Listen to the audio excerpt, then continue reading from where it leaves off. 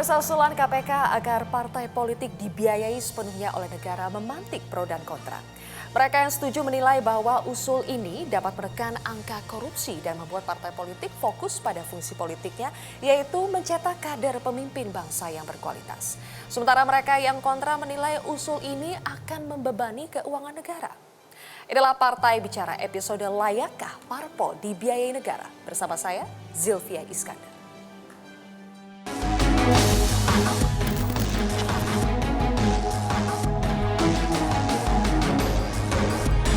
KPK sudah mengeluarkan kajian. Di dalam kajian itu sebaiknya partai itu dibiayai oleh negara. Munas, Rapimnas, Rakernas semua membutuhkan biaya.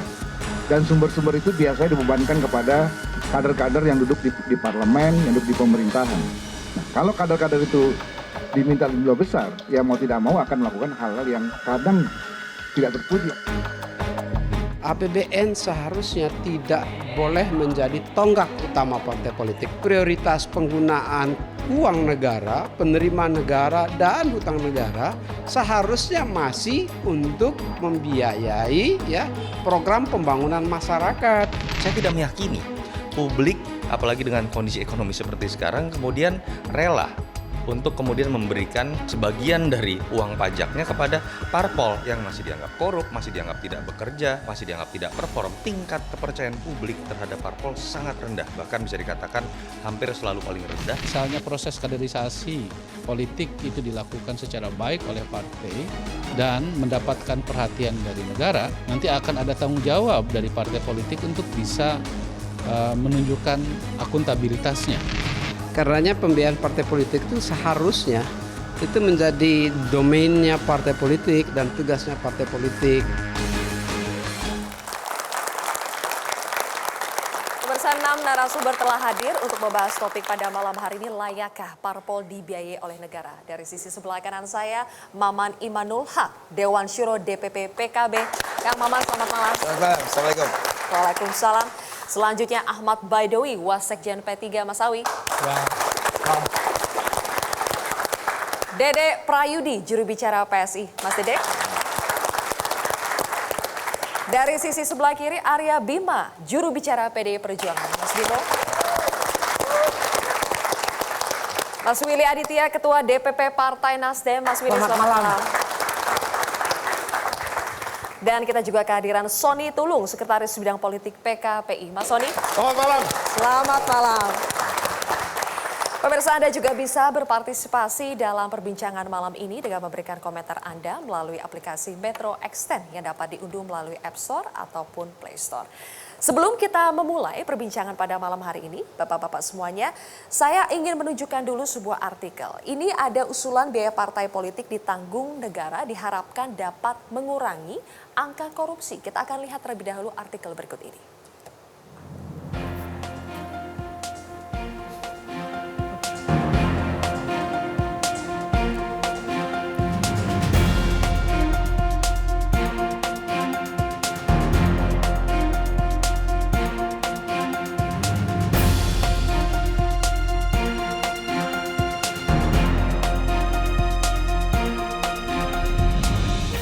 Ya, pemirsa, dari artikel tersebut kita bisa melihat bahwa KPK menetapkan Bupati Jepara sebagai tersangka suap terkait dengan putusan pra-peradilan kasus dugaan korupsi penggunaan dana bantuan partai politik untuk P3 tahun 2011-2012. Karena itu saya ingin tanya dulu ke Mas Awi. Mas Awi, ini kan ironi. Dana bantuan partai politik diharapkan dapat menekan angka korupsi, tetapi justru dana bantuannya yang dikorupsi. Bagaimana ini, Mas Awi? Jadi saya perlu klarifikasi apa yang disampaikan terjadi di Jepara itu ada mispersepsi gitu. Ya biasalah itu berawal dari persoalan perbedaan pendapat di internal, tapi sebenarnya bukan THR gitu. Tetapi biaya pendidikan politik, biasa kita menjelang Ramadan melakukan safari politik kan seperti partai politik kan seperti itu. Tetapi jadi Bupati Jepara ini memberikan, dia sebagai ketua DPC P3 menggunakan uang bantuan politik tersebut dalam kegiatan safari politik Partai Persatuan Pembangunan dalam konteks pendidikan politik. Tetapi di dalam ada perbedaan internal memahaminya itu. Ada yang menganggap karena ini momennya menjelang Lebaran dianggap THR. THR. Dan sekarang bolanya ada di aparat. Karena yang melaporkan juga ternyata dari internal. Jadi berawal dari perbedaan persepsi tersebut. Oke. Tentu saja kami menghargai posisi dari aparat hukum yang menyidik kasus ini. Dan yang sekarang kasusnya kan sebenarnya sudah bebas, tetapi ada persoalan baru rupanya gitu. Biarlah ini nanti dibuktikan di Ya, ranah itu hukum, tetapi ranah hukum. intinya Mas Awi ada indikasi bahwa dana partai politik malah dijadikan sesuatu yang berhubungan dengan korupsi. Nah, kalau kita masuk ke tema kita pada hari ini, layakkah sebetulnya partai politik ini dibiayai oleh negara?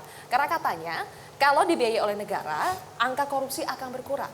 Kalau menurut P3 seperti apa? Ya, itu kan bukan data sembarangan, tetapi sumber yang memberikan informasi adalah KPK, Komisi Pemberantasan Korupsi, yang juga memberikan masukan kepada pemerintah agar partai politik dibiayai oleh negara. Cuman pertanyaannya kemudian, dibiayai negara itu berapa? 100%? 10%, 5%. Sekarang ini partai politik juga dibiayai oleh Kalau negara. dibiayai sepenuhnya oleh negara, P3 Kami setuju? tidak setuju kalau semuanya dibiayai oleh negara. Tetapi kalau ada, itu pasti membebani. Seolah-olah partai politik itu hanya menyusup pada negara. Tetapi kalau dibiayai dengan skema subsidi, besarannya tinggal diatur, nanti diaudit Kalau dengan besaran berat. sekarang, Rp1.000 per suara.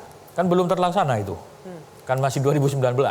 Itu masih belum ada apa-apanya. Itu bukan Masih tidak cukup maksudnya? bukan peningkatan, itu kembali ke tahun 2000 zamannya Ibu Mega itu. Di tahun 2003 itu. Di zaman Pak SBY diturunkan per suara Rp108. Rp108 kita dibebani tugas untuk memberikan pendidikan politik, pembinaan politik, Jadi rekrutmen kalau dengan kader. Rp1.000 per suara bagi P3 itu sebetulnya belum ideal angkanya. Itu masih kembali ke posisi yang semula. Kalau usulan dari KPK 10.000. Taruhlah kalau kami waktu itu mendiskusikan kalau 10.000 ya terlalu besar lah. Ya moderatnya itu 5.000. Tetapi ketika dihitung kemampuan anggaran negara hanya mampunya sampai sementara ini 1.000 kembali ke angka semula. Oke. Ketika Ibu Megawati masih menjadi presiden. Gitu. Oke, baik. Nanti kita akan bahas lebih jauh. Sekarang saya ingin ke Kang Maman. Kang Maman, kalau tadi kita simak informasi di awal, ada pernyataan dari Ketua DPR Bambang Susatyo yang menyatakan bahwa terkadang kader melakukan hal tidak terpuji karena biaya politik yang dibebankan pada kader. Apakah ini juga terjadi di PKB? Iya, tentu kita melihat bahwa sistem politik sekarang membuat biaya politik terlalu tinggi, high cost, sehingga berbagai kader yang seharusnya dia punya idealisme, punya visi misi yang jelas, itu terkendala. Dan Sistem politik sekarang tuh yang bagaimana sih, Kang? di mana uang menjadi faktor utama keterpilihan seseorang. Di mana seseorang yang punya kemampuan mengartikulasikan kepentingan-kepentingan rakyat itu tidak terlalu muncul, kalah oleh orang yang bisa bikin baliho lebih banyak, stiker lebih banyak, dan ujung-ujungnya nanti Indomie 2-3 biji di ujung suara, dan itu bahaya menurut saya. Makanya PKB setuju dengan dana parpol, tetapi tentu tidak membebani APBN. Kita hanya ingin mengatakan bahwa fungsi parpol sebagai lembaga yang melakukan edukasi politik itu harus betul-betul diisi oleh kader-kader yang tidak melulu dibebani oleh biaya itu sendiri. Dia Tapi melakukan. pertanyaannya dari partai politik meminta kadernya tidak untuk cari uang? Enggak dong. Partai politik justru mendorong kader itu untuk lebih idealis dan sebagainya.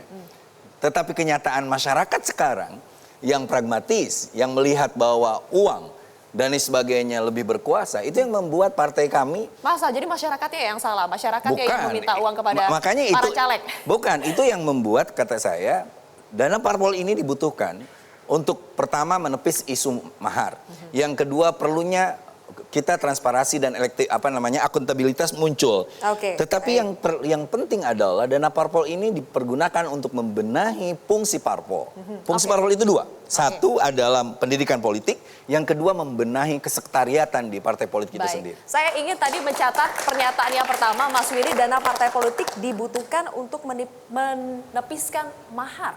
Apa tanggapan dari Nasdem? Ya, ini memang menjadi suatu hal yang kompleks, Zilvia, bahwasanya harus kita luruskan sesat pikir yang mengatakan ketika partai didanai oleh negara lalu kemudian secara ex officio otomatis kemudian korupsi bisa dipangkas gitu. Ini yang harus kita lihat. Ini sebuah kompleksitas yang harus kita